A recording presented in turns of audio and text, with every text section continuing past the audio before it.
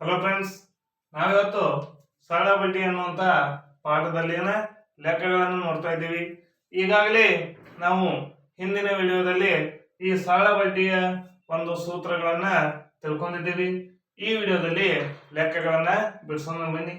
ನೋಡಿ, ಈಗಾಗಲೇ ಇಲ್ಲಿ ಎರಡು ಪ್ರಶ್ನೆಗಳನ್ನ ಕೊಟ್ಟಿದ್ದಾರೆ. ಆ ಲೆಕ್ಕಗಳನ್ನ ಏನು ಕೊಟ್ಟಿದ್ದಾರೆ, ಏನು ಬಿಡಿಸ್ಬೇಕು ಅನ್ನೋದನ್ನ ತಿಳ್ಕೊಳ್ಳೋಣ. ನೋಡಿ, ಒಂದೇ ಲೆಕ್ಕದಲ್ಲಿ ಅಸಲು ಅಸಲು ಅಂದ್ರೆ ಅದನ್ನ ಎದರಿಂದ ಗುರುತಿಸ್ತೀವಿ? ಪಿ. ಪಿ ಅಂದ್ರೆ ಪ್ರಿನ್ಸಿಪಲ್.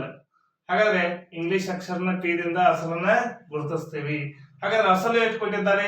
3,000 ರೂಪಾಯಿ.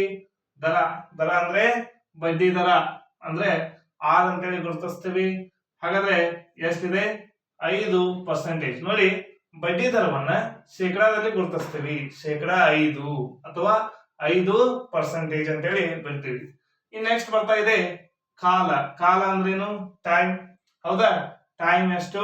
8 ವರ್ಷ. ಹಾಗಾದ್ರೆ ನಮ್ಗೆ ಏನು ಕಂಡುಹಿಡಿಬೇಕಾಗಿದೆ? ಬಡ್ಡಿ ಅಂದ್ರೆ ಇಂಟ್ರೆಸ್ಟ್, ಸರಳ ಬಡ್ಡಿ. ಹೌದಾ?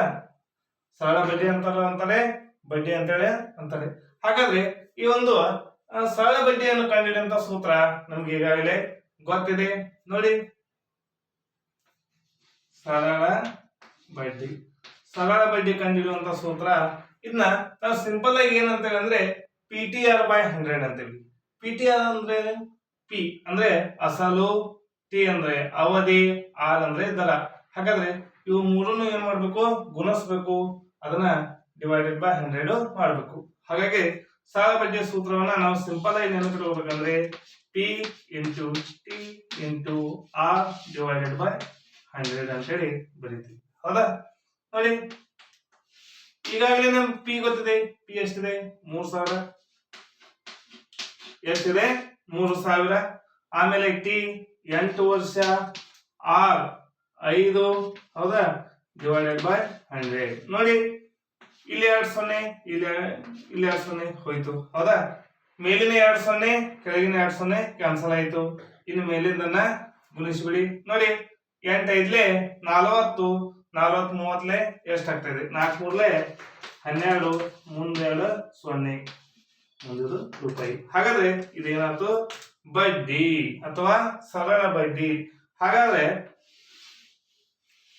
ಈ ಲೆಕ್ಕದಿಂದ ಸರಳ ಬಡ್ಡಿಯನ್ನ ಕಂಡುಹಿಡಿಬೇಕಾಯಿತು. ಸರಳ ಬಡ್ಡಿ ಎಷ್ಟು ಸಿಕ್ತು? 1,200 ರೂಪಾಯಿ. ಓಕೆ, ಇನ್ನ ಮುಂದಿನ ಲೆಕ್ಕವನ್ನು ನೋಡೋಣ ಬನ್ನಿ. ಅಸಲು ಕೊಟ್ಟಿದ್ದಾರೆ, ದರ ಕೊಟ್ಟಿದ್ದಾರೆ, ಕಾಲ ಕೊಟ್ಟಿದ್ದಾರೆ, ಟೈಮ್ ಕೊಟ್ಟಿದ್ದಾರೆ. ಹಾಗಾದ್ರೆ ಮೊತ್ತವನ್ನ ಕಂಡುಹಿಡಿಬೇಕಾಗೈತಿ. ಮೊತ್ತ ಅಂದ್ರೇನು? ಅಮೌಂಟ್.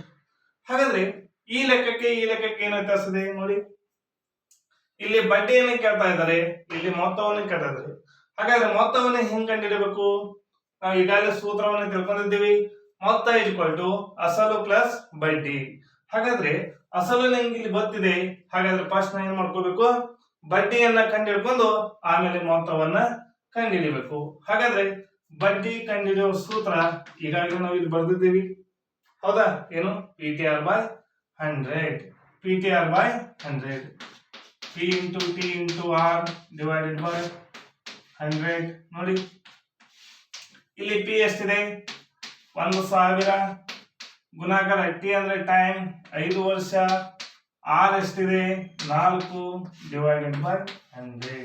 ನೋಡಿ, ಇಲ್ಲಿ ಕೂಡ ಇವ್ 2 0 ಕ್ಯಾನ್ಸಲ್ ಆಯ್ತು. 5 4 20, 20 ಏನಾಯ್ತು? 200 ರೂಪಾಯಿ. ಏನಾಯ್ತದು? ಸರಳ ಬಡ್ಡಿ ಅಥವಾ ಬಡ್ಡಿ ಅಂತೇಳಿ ನಾವು ಹೇಳ್ತೀವಿ.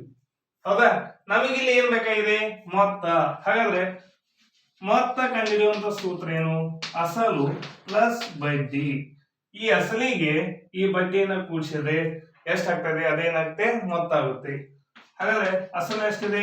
1,000 ಪ್ಲಸ್ ಬಡ್ಡಿ ಎಷ್ಟಿದೆ? 200. ಹಾಗಾದ್ರೆ ಮೊತ್ತ ಎಷ್ಟು ಬಂತು? 1,200 ರೂಪಾಯಿ. ಹೌದಾ? ಈ ರೀತಿಯಾಗಿ ನಾವು ಲೆಕ್ಕಗಳನ್ನ ಮಾಡ್ತಾ ಇದ್ದೀವಿ. ನೋಡಿ, ಇಲ್ಲಿ ಬಡ್ಡಿಯನ್ನ ಕಂಡುಹಿಡಿದಿದ್ದೀವಿ, ಇಲ್ಲಿ ಮೊತ್ತವನ್ನ ಕಂಡುಹಿಡಿದಿದ್ದೀವಿ. ಹಾಗಾದ್ರೆ ಮೊತ್ತ ಕಂಡುಹಿಡ್ಕೋಬೇಕಂದ್ರೆ ಫಸ್ಟ್ ನಮ್ಗೆ ಏನ್ ಗೊತ್ತಿರಬೇಕು? ಬಡ್ಡಿ ಗೊತ್ತಿರಬೇಕು. ಈ ರೀತಿಯಾಗಿ ಇವತ್ತಿನ ಲೆಕ್ಕಗಳನ್ನ ಬಿಡಿಸಿದ್ದೇವೆ. Thank you.